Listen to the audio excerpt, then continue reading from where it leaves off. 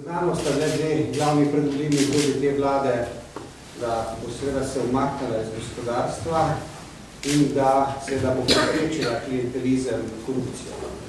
No, danes vidimo, da temu ni tako. Razlog za to je začeti kadrovski cunami in povečan vstop politike v gospodarstvo. Ne bomo ponavljali zgodbe Mercatorja, vendar je nedvomno vse pod politiko, od krikov politike, ob volji predsednika vlade začela druga faza privatizacije, ki se izvaja na netransparenten način, rezultati so pa znani.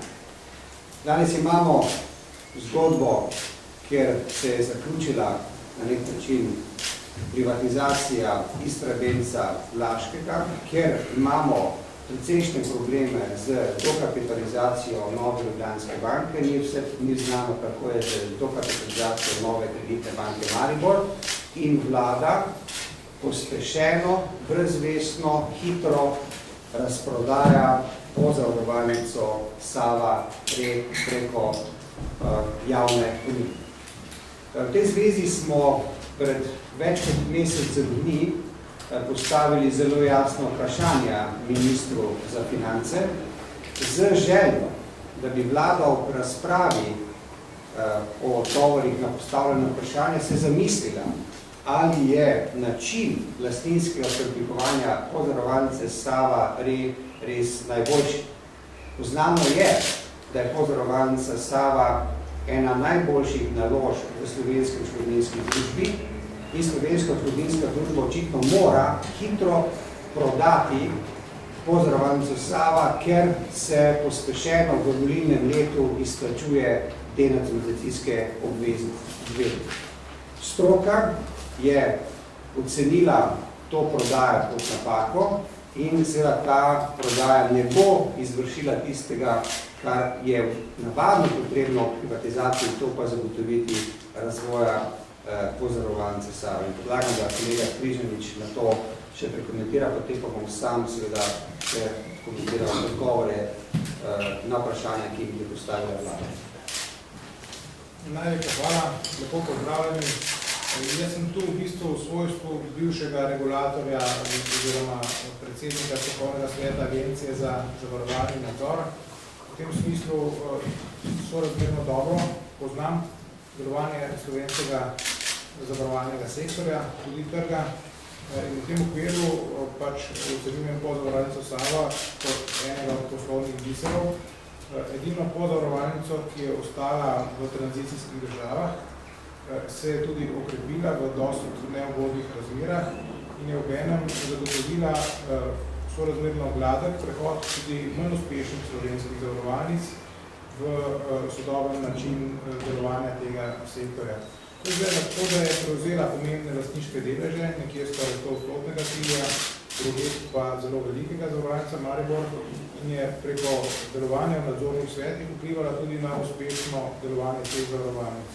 Jaz sem pričakoval, da bo v skladu s sodobnim razvojem, kjer se povezuje bančno in zavarovalniško aktivnost, v holdinge prišlo do nastanka celovanega drugega stebra finančnega povezave med zavarovalnico Maribor, Novo kreditno banko Maribor in pozavarovalnico Sava, bilo zelo močno družbo, ki bo lahko konkurirala na finančnem trgu, ne samo na slovenskem, ne samo na jugovzhodnem, ampak tudi na trgu najbolj razvitih držav, kjer se da pridobiti ustrezni delež, zlasti, ker finančne hiše iz teh držav prihajajo in prevzemajo določene deleže slovenskega trga in bodo svoje deleže tu še povečale. Taka močna organizacija, tak finančni holding bi bil lahko eden od načinov, kako bi slovensko gospodarstvo pridobilo tudi del finančnega trga razvite zahodne Evrope. To se ni zgodilo, obratno. Razpršeno se prodaja posamezne dele z nevarnostjo, da se v naslednji ali drugi fazi, ko temu rečejo, ti deli spremenijo v podružnice večjih zavarovalniških podjetij oziroma hiš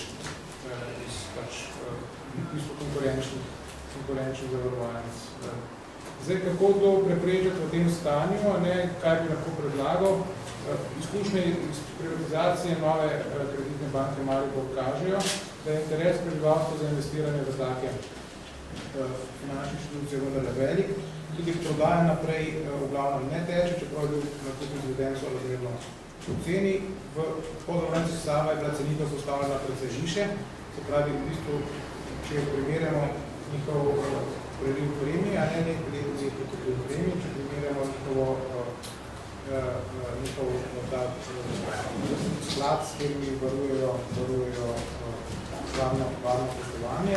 Moje se nahaja na nekaj nad 100-150 milijonov evrov, potem je ta ocena vrednosti kapitala Pozavarovalnice Sava sorazmerno visoko postavljena, se pravi, če se postavi tudi ustrezno vrednost delnic, potem tisti, ki bodo kupovali sorazmerno drage delnice, vendar bodo ostale te naložbe varne in dolgoročne. To bodo dolgoročni investitorji, tudi če bodo majhni po svojem deležu, bodo dolgoročni. Tako da jaz predlagam, da se ohrani, če je možno, da se ohrani ta del privatizacije, ki gre preko prebivalstva.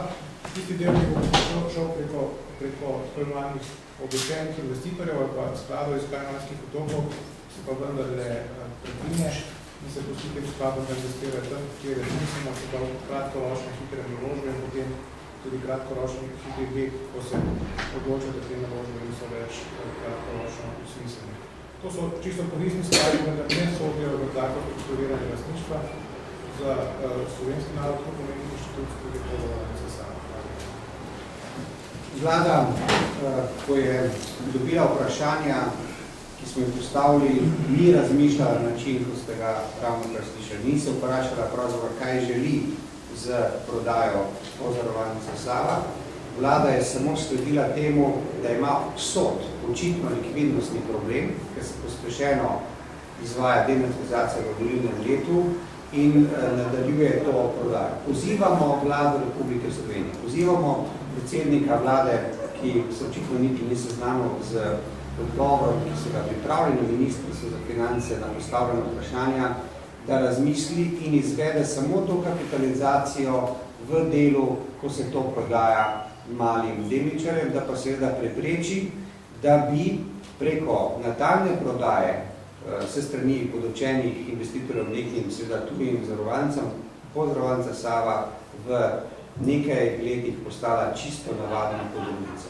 Namesto, da bi Slovenija svoje zavarovalniško poslovanje razvijala zvezno, se pravi tako na trgi vzhodne Evrope, kot na trge Evropske unije, očitno vlada to prepušča nekim drugim tujim zavarovalnicam in zato se ga ocenujemo to kot slabo odločitev, brezvestno, hitro razprodajo Pozavarovalnice Sava in seveda temu nasprotujemo. Vlada še ima možnost odpraviti napako, če bo pa vlada izvedla prodajo do konca in tudi sama odločila, kateri skladi iz teh ali onih potokov bodo to dobili, pa bomo verjeli, da se klientelizem in korupcija tudi na področju teh poslov samo še nadaljuje. Hvala.